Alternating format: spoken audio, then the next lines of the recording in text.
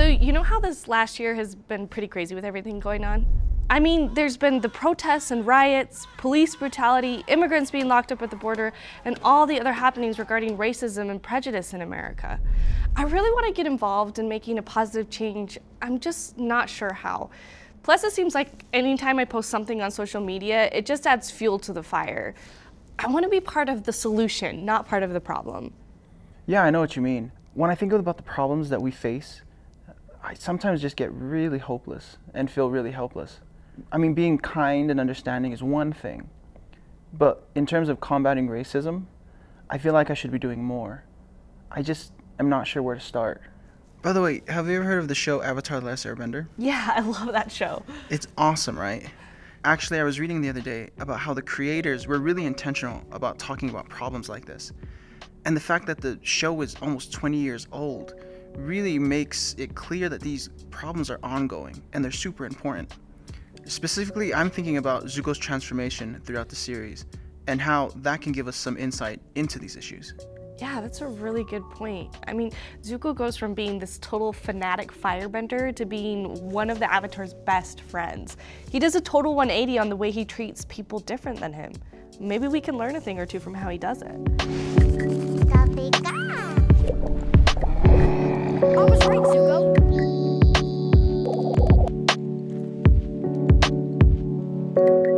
So, Prince Zuko is one of the main characters in the series, right? He's the son of the Fire Lord and the heir to the Fire Nation throne. And as the Fire Lord's son, he has a ton of pressure on him to carry on the family culture. But unfortunately, that culture has been defined by waging war and oppressing other people. Well, and then Zuko's father banishes him and won't let him come home until he captures the Avatar. Yeah, after that, he becomes completely obsessed with Aang and thinks of nothing else. The only view I'm interested in seeing is the Avatar in chains. Even when Aang shows kindness towards him, Zuko freaks out and fire blasts him. If we knew each other back then, do you think we could have been friends too?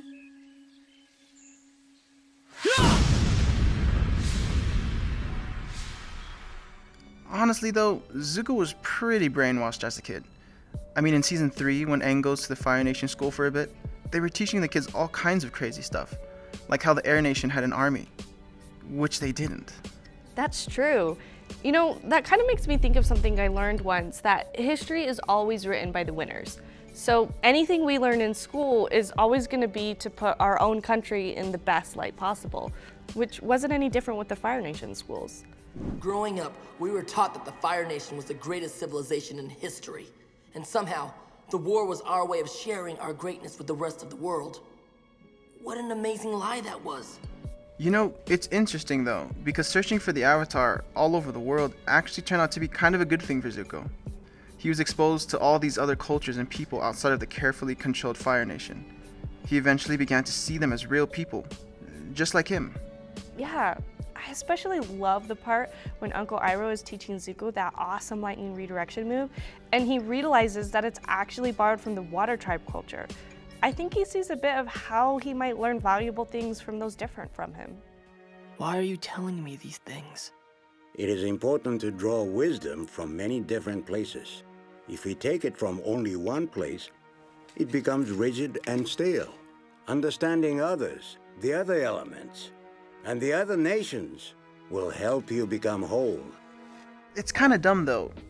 After all that traveling and learning, Zuko goes right back to the Fire Nation. He falls right back into that oppressive culture and totally ignores how his nation might be hurting others. Yeah, I hate that part. We were finally starting to see a nice and kind Zuko.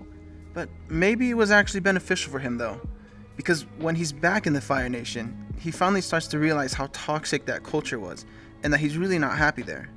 That's a really good thought.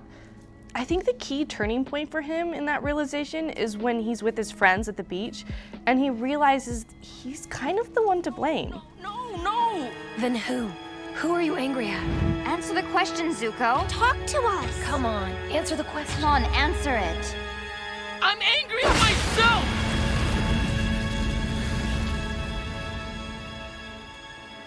Why? Because I'm confused. Because I'm not sure I know the difference between right and wrong anymore. Even though he's learned a lot, he hasn't changed on the inside though. He still has to adjust his behaviors and attitudes to match what he's learned.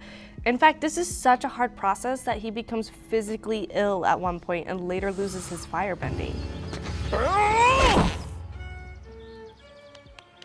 What was that? You know, it can be really uncomfortable to recognize some of the privileges and prejudices that we've developed subconsciously. But good things always come out of it. Totally. I know that I really struggled when I first learned about things like white privilege and systemic racism. I am participating in a historically established system that benefits me because of my skin color. I don't know what I can do to make up for those unearned privileges. I do realize that any discomfort I have experienced is in no way comparable to the horrific things that people of color have had to deal with. That's really true. I think Zuko's story can still give us some really good insights on how we can right the wrongs that we've participated in. After realizing that he was on the antagonizing side of the war, he leaves the Fire Nation to join the Avatar and fight to bring peace back to the world. He takes time to get to know Aang and his friends. He listens to their stories about the personal injustices they had suffered at the hands of the Fire Nation. And then, he even tries to help make up for those injustices in any way he can. I'm going with Zuko. What?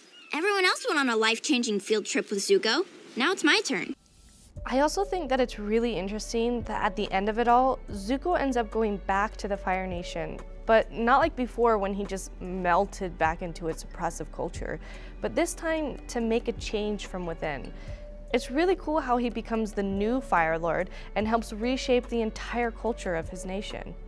Yeah, I think this gives us some really good steps on how we can go through a similar process as Zuko and start making positive change. And also become advocates of social justice, just like he did. Okay, so to boil it all down, first we need to recognize our positions within society and any privileges that might come with. Our community, race, class, gender, all affect the way that we see and interpret the world. We need to recognize which groups have been historically privileged and whether or not we belong to those groups. Totally.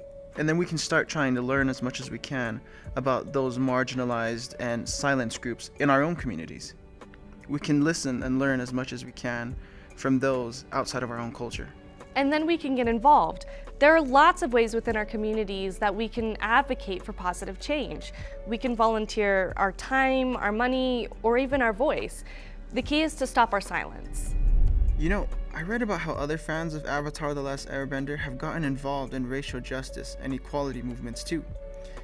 You know that really bad live-action remake of Avatar? Well, all the main characters were cast as white, and most of the villains were cast with people of color. Obviously, fans were super upset because they got the characters totally wrong, but some took their feelings and decided to do something about it. They banded together as a community to advocate for more accurate representation. The fan base went even farther and started speaking up against whitewashing, or race bending as they coined it, in other Hollywood films like Prince of Persia and Ghost in the Shell. If you want to get more involved, we've compiled a list of resources in the description to help you in each of the 3 steps that we've outlined. If you know anybody who's wondered how they might get involved, or if they just love Avatar, send them this video. Thanks for joining us. We hope to see you next time.